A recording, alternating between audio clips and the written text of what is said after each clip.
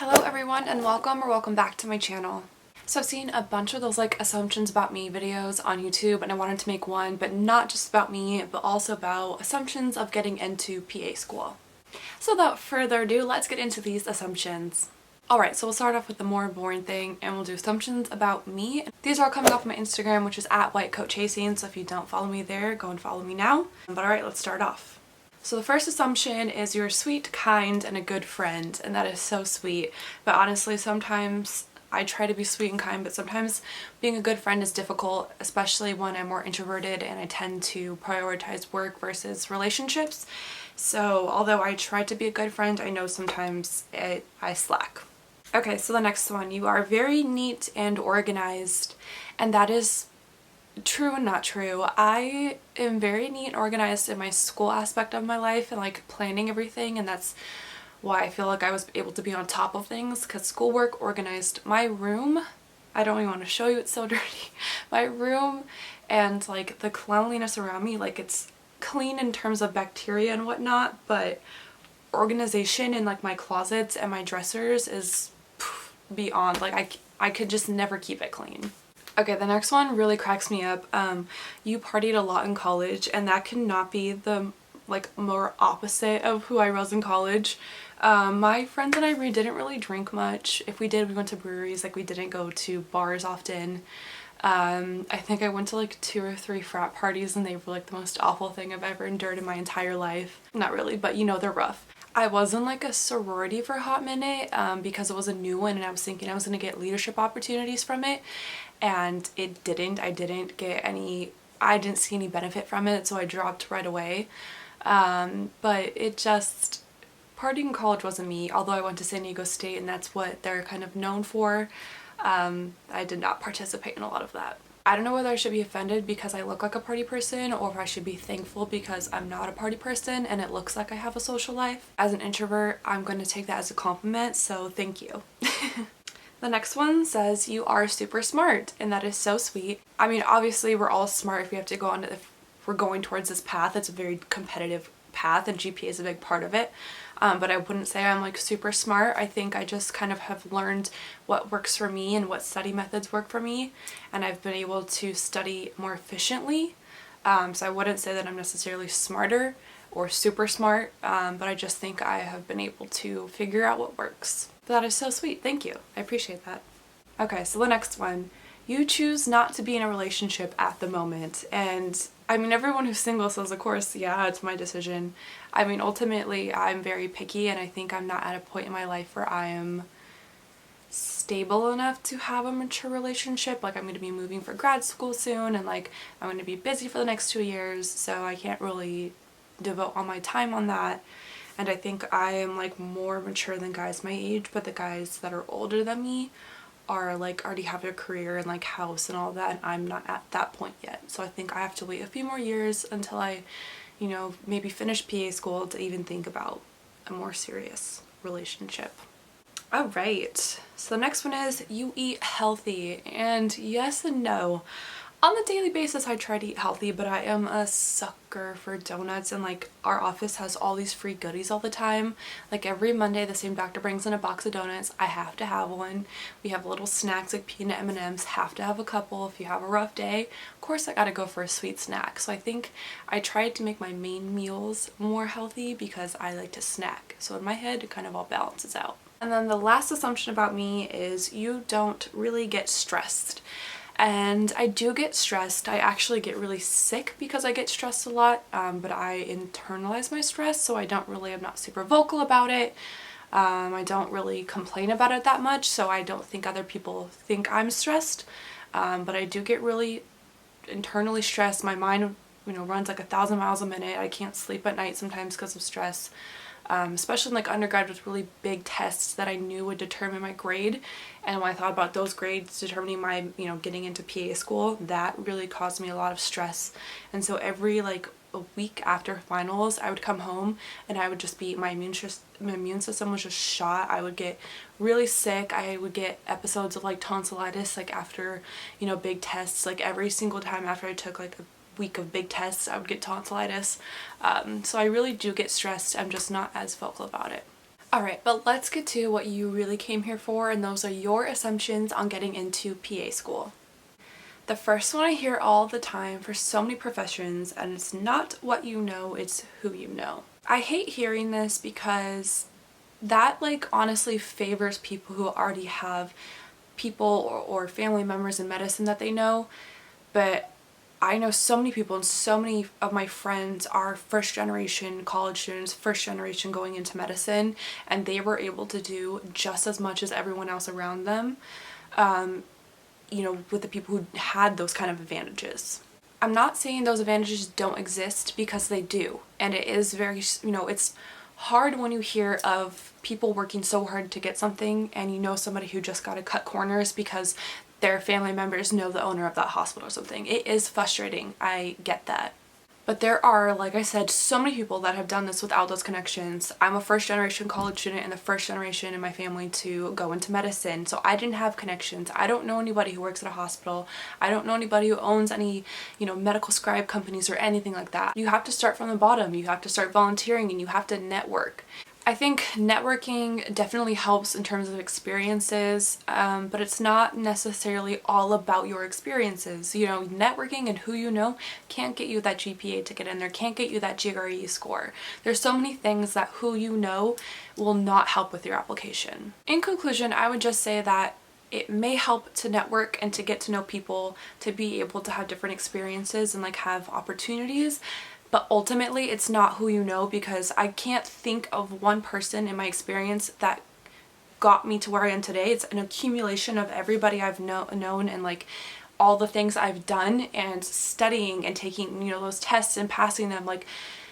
Although I've had so many people help me, at the end of the day, it's all my hard work and what knowledge I've retained and the skills I've learned that I've been able to put towards experiences that I've got that got me to where I am today. I'm not saying the people I've connected with did not help me, because 100% they helped me, and I would not be where I was today without them.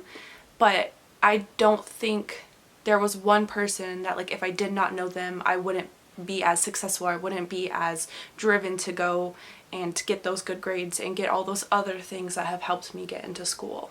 I'm hoping that what I just said makes sense. It was a lot of words, but at the end of the day, I don't necessarily agree with that. It helps to know people, but it's not end all be all. Okay, so the next one is, I heard it's almost impossible to get in on the first cycle. And it is very difficult to get in on your first cycle, but also from posts I read of people who had to reapply, it was little things that led them to having to reapply again. Maybe they applied when they weren't fully ready. Maybe they didn't see that a school had a different requirement, so they submitted the application, but it ended up not being acceptable because they missed one prereq. Or they applied when they didn't really have enough hours but just wanted to try. So there's a lot of stories of people reapplying just because of the competition, but there's also a lot of stories of people reapplying because of small mistakes that were things in CASPA that they didn't pay attention to. I think it just takes some an analyzation of your application to see if you're ready to apply, if you think you're competitive to apply to the schools that you want to apply to. 2, if you're applying to appropriate schools, maybe there's schools with our requirements that you don't meet, but you're thinking, oh, maybe I'll just apply to those. You have to meet the minimum requirements to even be considered. 3, did you rush through your personal statement, or did you have other people read it and you edited it a few times and had, you feel confident for your letter of rec? Do you feel comfortable that they're going to write you a good letter of rec? Do they know you well enough, or did you kind of just last minute ask people to write you letters? So although you may hear so many stories about people not getting in the first time, there's so many different entities to the CASPA application that may have got misconstrued or just may have not been done correctly on their part. Not saying they're wrong, but there are just so many things that could have happened in their application that made them not get in the first cycle that they learned on the second cycle. So I think those stories are good to listen to, so you know to be ready and how to prepare for CASPA. But also don't be scared, because I know a lot of people who have also gotten in their first time. So just, you can't listen to what everybody's personal story or application cycle process, because there are just so many different factors. And even if you don't get on your first cycle, it is super common to reapply, and like, do not think poorly about yourself or that you shouldn't be a physician assistant, because that's just not true. Some of the best PAs and PA students I know right now applied 2-3 times. So it's not a reflection upon you, it's just the fact that there's so many people and they may have filled up their class before they even got a chance to look at your application. Like, there's so many things besides just like a personal jaunt at you that could affect your chances of getting in. Okay, so the next one is you have to be a biology major, and that is just so not true on so many levels. I think none of like the pre-PA students I know, and nobody I know that has gotten in has been a bio major. I think it's just coincidence that they all chose something different, but none of them are biology majors and they still got in. As long as you complete your prereqs, get your hours, volunteer, take your GRE, whatever you need, as long as you get those done, you're fine. Okay, next one. You need a really high GPA, and that, yes and no. Not really high. You need to meet the minimums, which is usually 3.0. But if your GPA is lower, usually you can balance it out with good experiences. And if your GPA is high and you have low like experiences, like they kind of look at your application more holistically. Another thing that's important to know is that some schools look at your last 45 or 60 unit GPA. So if you have an upward trend, like say freshman year wasn't so hot but you started getting better sophomore year and junior senior you did really well, some schools look at that and will take that into account. So of course, yes, focus on your GPA. That is a huge part of your application, but that is not necessarily the make or break. Okay, so you need healthcare experience or patient care experience that will stand out.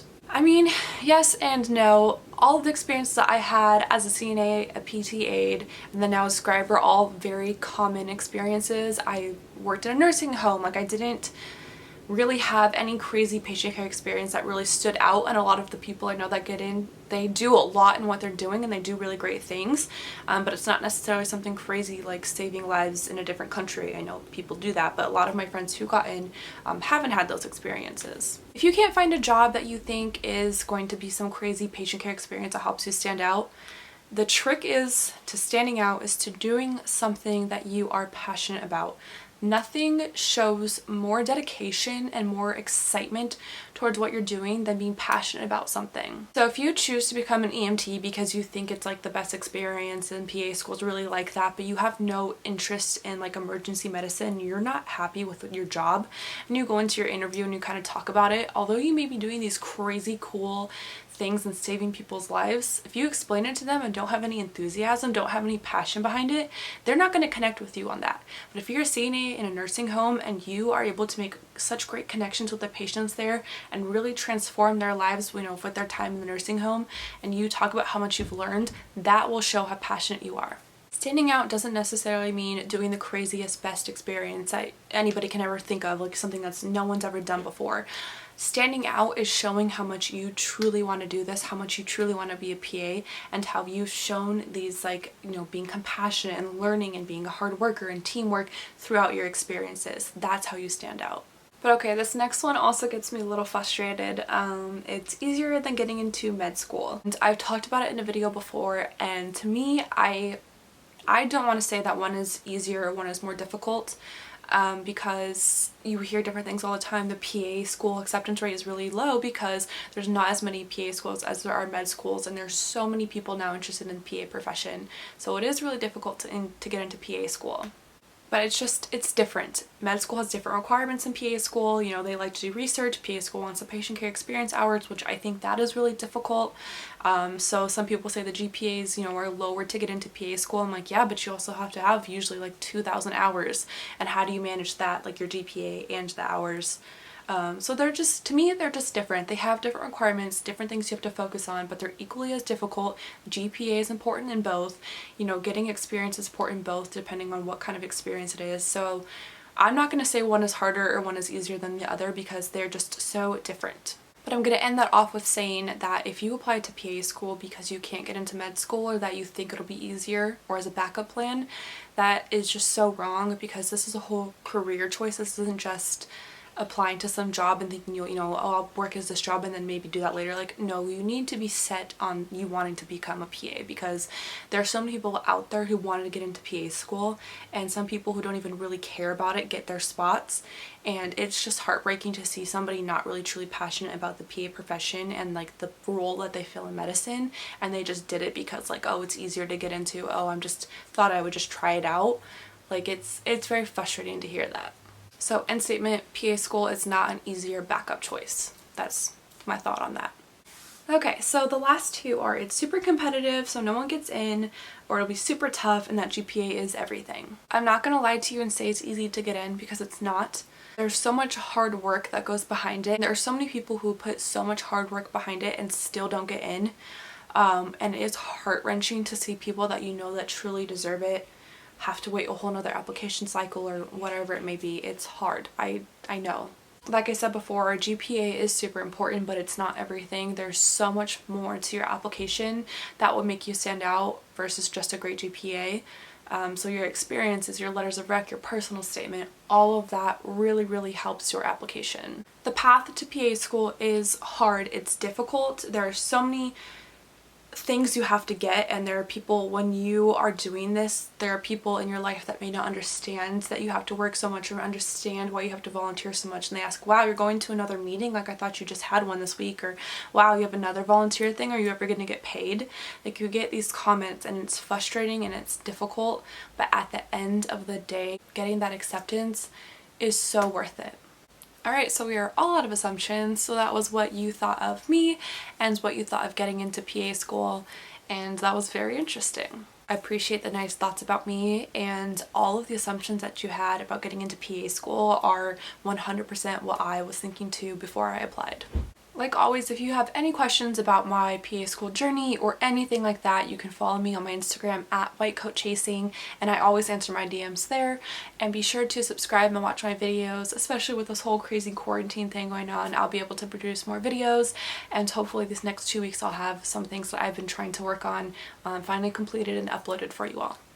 Thank you again so much for watching, and I hope you have a great day. Bye!